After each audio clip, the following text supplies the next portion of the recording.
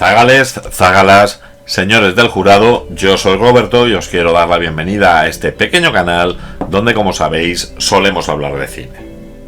En primer lugar, quiero disculparme con mi querido compañero Nel Rivas, dado que la semana pasada atribuí por error el artículo sobre los hermanos Frog que había sido publicado en los dosieres publicados a SAS, cuando realmente el autor de este artículo maravilloso no es otro que nuestro querido Nel. Así que, Nel, mis disculpas y ese reconocimiento a tu trabajo en los dosieres.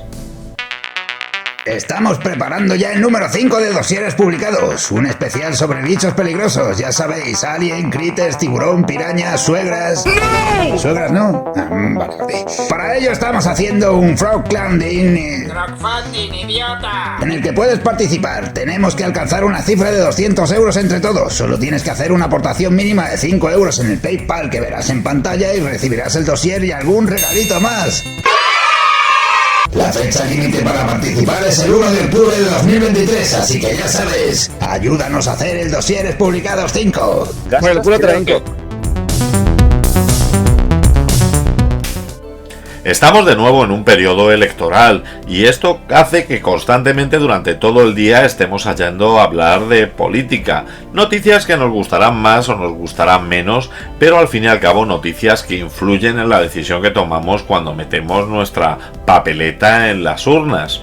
Algunas veces esta manipulación ha sido tomada a broma, como en la película Su distinguida señoría. A veces ha sido utilizada para mostrarnos una historia real sobre cómo se manejan las campañas electorales, como podía ser, por ejemplo, en la película Primalicolos o, por ejemplo, la maravillosa serie El ala oeste de la Casa Blanca.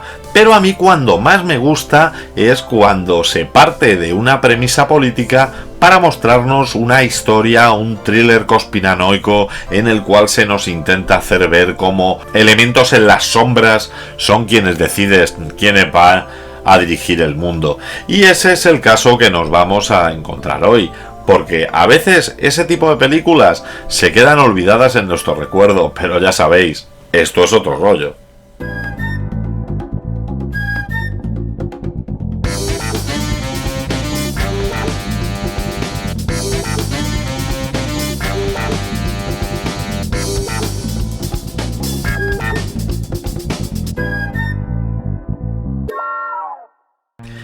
Y es que probablemente si os dijera que me nombrarais 5 películas de Brian De Palma, ninguno os acordaríais de esta película, o si dijéramos que nombrarais 10 películas de John Travolta, ninguno recordaría esta película.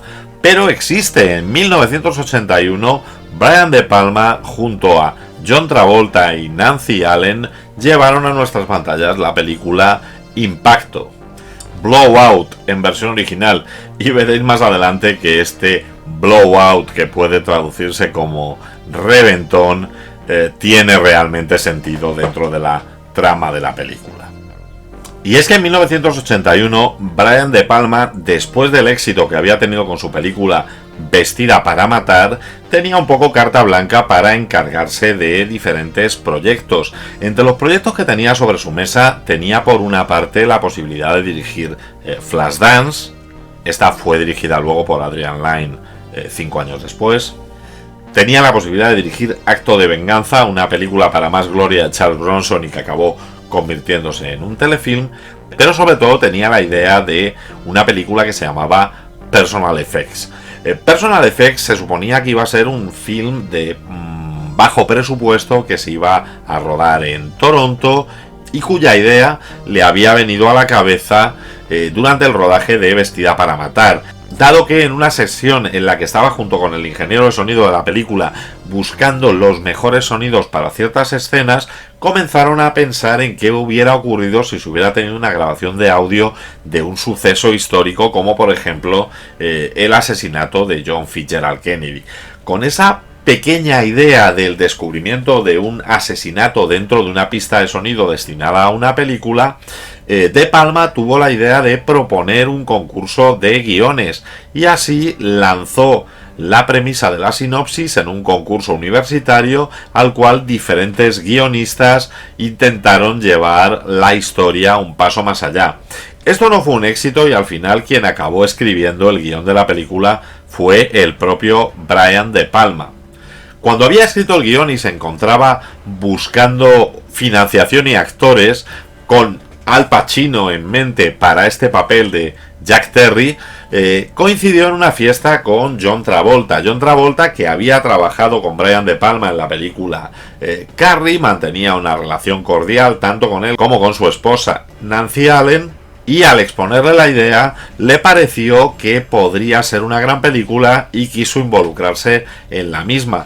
De hecho, no sería sino John Travolta quien consiguió, por una parte, convencer a Nancy Allen de que trabajara en la película como coprotagonista haciendo el papel de Sally, tanto como a De Palma para que utilizara a su esposa, dado que estaban reticentes por el hecho de que no quería estar encasillada en ser la mujer que trabajaba con su marido.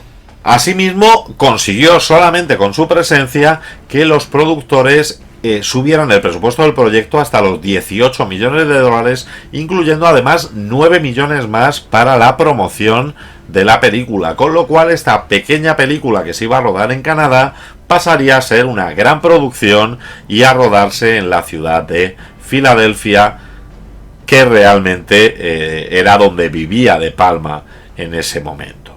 El resto de actores y el equipo técnico que trabajó en esta película se movió entre diferentes colaboradores habituales. Tendríamos a Dennis Franz haciendo el papel de Carp, este fotógrafo chantajista que se verá inmerso en los hechos, pero es que Franz ya había trabajado con él en Vestida para matar y trabajaría también en La Furia o en Doble Cuerpo.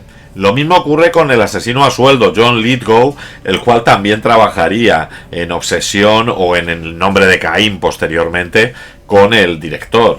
El director de fotografía Bill Sigmund, que trabajaría también con él en Obsesión. El montador Paul Hirsch, que ya había trabajado con él en El fantasma del paraíso, Obsesión, Carrie, La Furia.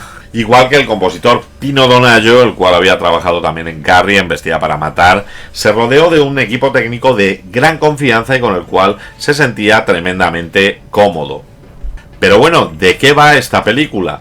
Pues realmente nos vamos a encontrar con un experto en sonido llamado Jack Terry, el cual trabaja como ingeniero de sonido en una productora de películas serie B, serie Z. De hecho, el inicio de la película, y en un intento extraño de engañar al espectador, nos va a mostrar realmente las típicas escenas de un slasher típico ochentero, en el cual vamos a tener a un asesino con un cuchillo dentro de una hermandad de mujeres, y vamos a llegar al clímax en el cual, cuando va a asesinar a su víctima, nos vamos a encontrar con un grito tremendamente curioso.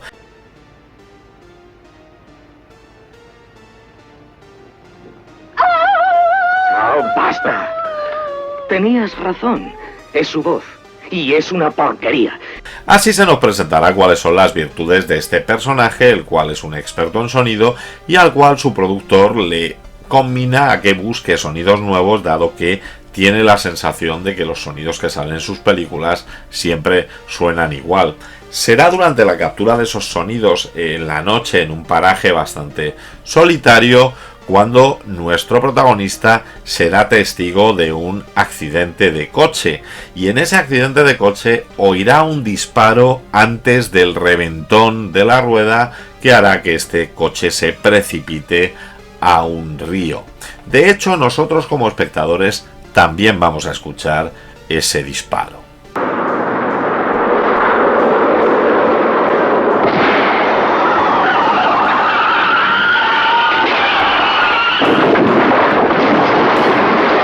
Viendo que hay una joven que tiene dificultad para salir del vehículo en el río, salvará la vida a esta joven, aunque no a su acompañante, el cual no será otro que el gobernador McRyan, el cual era el favorito para convertirse en el nuevo presidente de los Estados Unidos. Explicárselo, bajé corriendo, me eché al agua y subí a la chica. ¿Había una chica? Sí, había una chica. ¿Qué chica? La que traje aquí, está en esa habitación. ¿Estaba dentro del coche? Sí, obsesionará con el hecho de ese disparo que ha escuchado antes de que el coche se saliera de la carretera, y así, con la ayuda de Sally, la cual acaba de rescatar de la muerte, y tras saber toda la información sobre el senador y saber, pues bueno, que Sally se encontraba acompañándole a espaldas de su esposa, quiero que se olvide de su existencia, como si no la hubiera visto. Un momento. ¿Quién es usted? Me llamo Lawrence Henry, trabajo para el gobernador McRyan.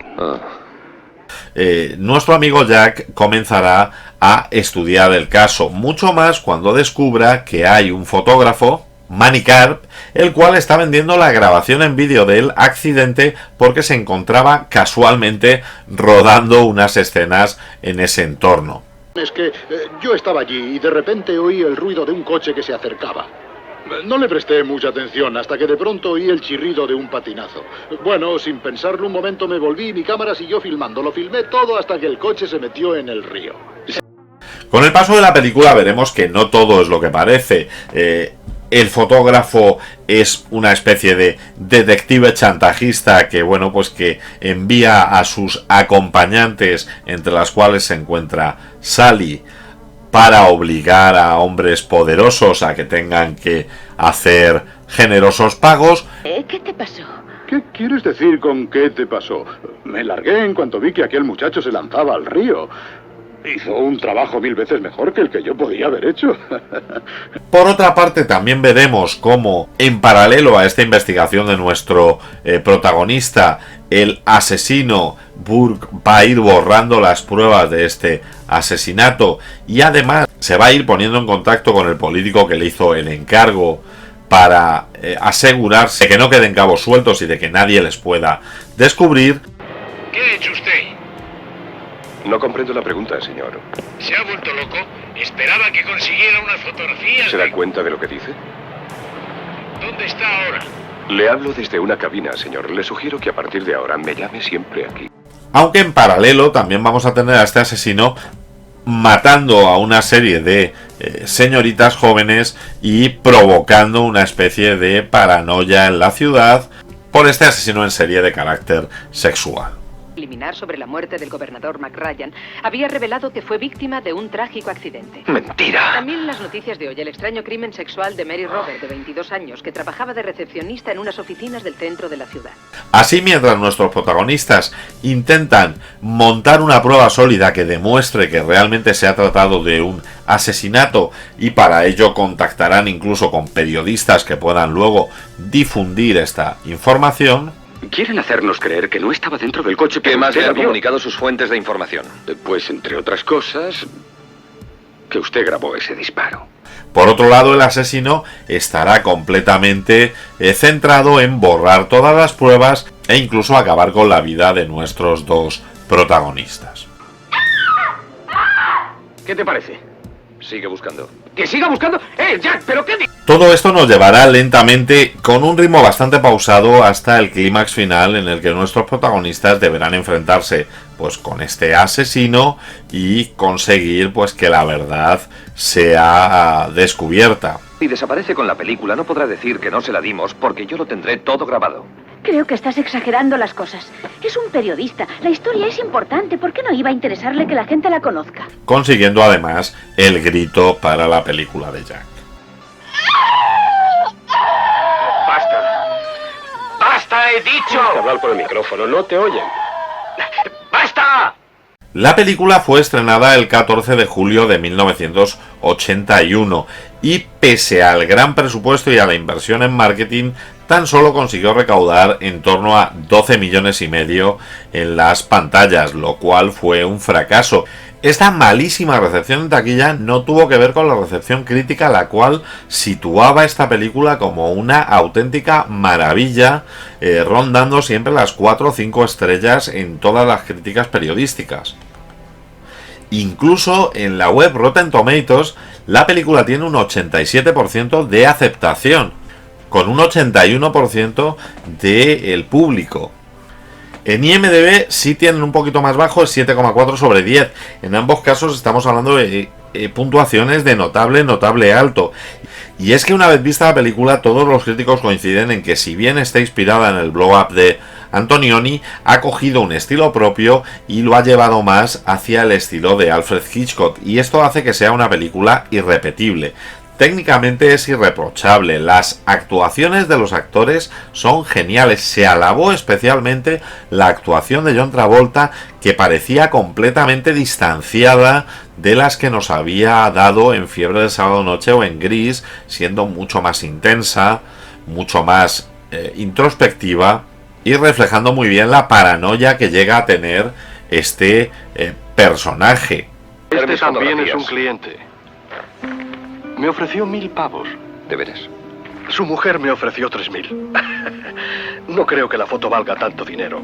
De hecho, dicen que ayudó a eso el hecho de que John Travolta tuvo unos problemas de insomnio muy importantes mientras estaba rodando esta película. Y lo curioso es que Impacto, si bien ha sido una película tremendamente olvidada a nivel popular, a nivel crítico está incorporada en la mayoría de las listas de mejores películas de la historia del cine, e incluso con el tiempo ha pasado a ser una película bastante considerada y ha tenido una base de espectadores que la consideran como una película de culto. Lo que sea, yo los tengo grabados de la realidad, los incorpora la banda sonora y se oyen en la película. Oh. Anoche... ¿Películas importantes? No, en realidad son bastante malas. Temáticamente fue una película que basó todo su estilo en el lenguaje cinematográfico y en el llevar a la perfección ciertas técnicas, mientras que a su vez jugueteaba con temas que en el año 61 aún seguían muy candentes. Se dice que la principal inspiración del guión vendría del accidente de Ted Kennedy, conocido como el incidente Chappaquiddick, donde un coche conducido por Ted Kennedy cayó a un río, muriendo su acompañante, Mary Jo Kopechne. Pero de hecho también tendremos la reminiscencia de la gran decepción que supuso para los Estados Unidos el caso Watergate. Es cierto que incluso Brian De Palma aprovechó cosas de esta película como autorreferencias o como orientación para proyectos futuros.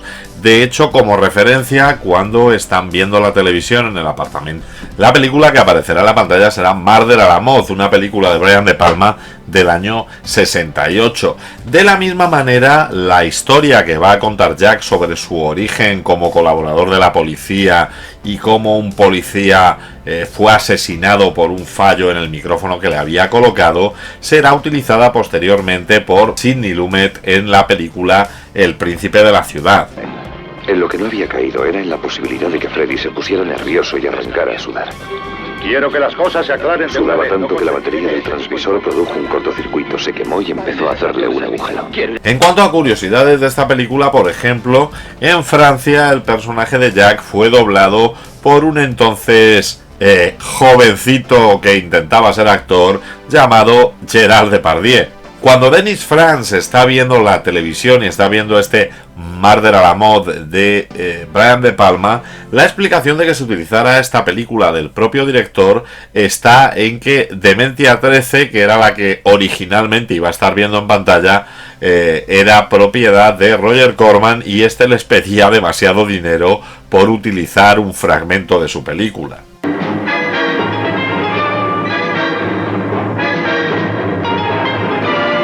Asimismo, también cuando se supo que John Travolta iba a interpretar el papel protagonista, uno de los directivos del estudio propuso que su acompañante no fuera otra que Olivia Newton-John, a lo cual Brian De Palma se negó en redondo. Pero quizá las curiosidades más interesantes de esta película no sean otras que la influencia que ha tenido en nuestro querido Quentin Tarantino. De hecho, Quentin Tarantino la sitúa como una de sus 3 películas favoritas junto a Toro Salvaje y Río Bravo. Además, el hecho de que contratase a John Travolta para que interpretara el papel de Vincent Vega en Pulp Fiction vino motivado precisamente del respeto que le tenía como actor tras haberle visto en la película Impacto. Del mismo modo, y como muestra también de respeto, el tema de Sally Jack de esta película, compuesto por Pino Donaggio, sería utilizado por el director en su película Death Proof.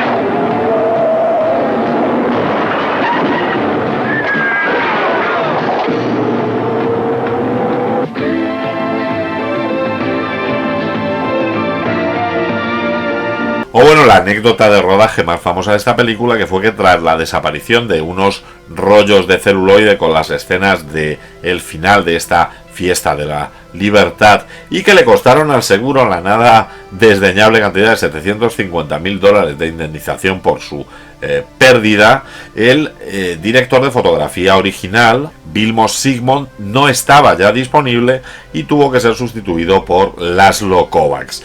Realmente en la visualización de la película no es muy notorio este cambio. ¿Por qué ha hecho eso? Jack le matará.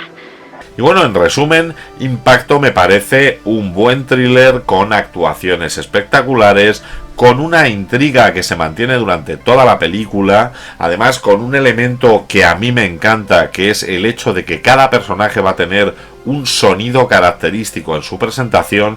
De hecho, veremos que el sonido que vamos a identificar con John Lithgow es desconocido al principio, hasta que identificamos que se trata de la cuerda de ese reloj que va a utilizar en sus asesinatos, y en el que muchas de las pistas que los espectadores vamos a ir recibiendo vienen precisamente del audio, vienen precisamente del sonido, que a veces es una de las partes que pasa más desapercibida en una película. De hecho, en esta película nos vamos a encontrar con algunos tramos de la misma que están completamente sin orquesta, completamente sin sonido de fondo, lo cual está aumentando la inquietud del espectador.